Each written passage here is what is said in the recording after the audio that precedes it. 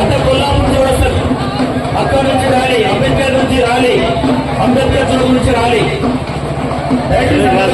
కొల్లాపూర్ చౌక్ దాకా ర్యాలీ.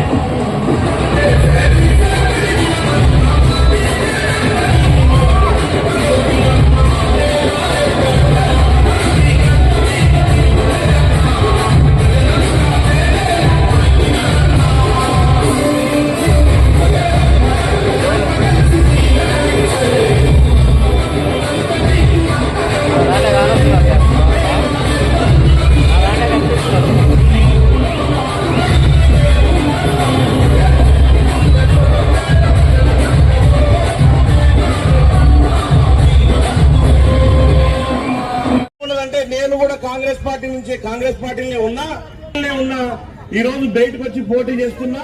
మళ్ళీ కాంగ్రెస్ పార్టీ అధికారంలో ఉంది కాబట్టి గెలిచి మళ్ళీ వచ్చి పార్టీలో నేను జాయిన్ అవుతా అని కొందరు చెప్తున్నారు. ఈ రోజు వాళ్ళందరినీ కూడా ఈ రోజే తక్షణమే సస్పెండ్ చేస్తున్నాం పార్టీ నుంచి కూడా మీ అందరికీ తెలియజేస్తాను. ఈ రోజు ఎవరైతే మేము నిలబడుతున్నామని 8వ వార్డు నుంచి మేము నిలబడుతున్నామని చెప్పి బయటికి చెప్పుకుంటున్నారో బుచ్చారెడ్డి గారిని కానీ, కోదండ రెడ్డి గారిని కానీ, సురేష్ 7th వార్డు నుంచి సురేష్ ని గాని, సంతోష్ జయశ్రీ గారిని గాని, 4th వార్డు నుంచి ఎల్లయ్య 12వ వార్డు నుంచి వీళ్ళని పార్టీ నుంచి సస్పెండ్ చేస్తున్నాం తక్షణమే అని చెప్పి అందరికీ తెలియజేస్తాము.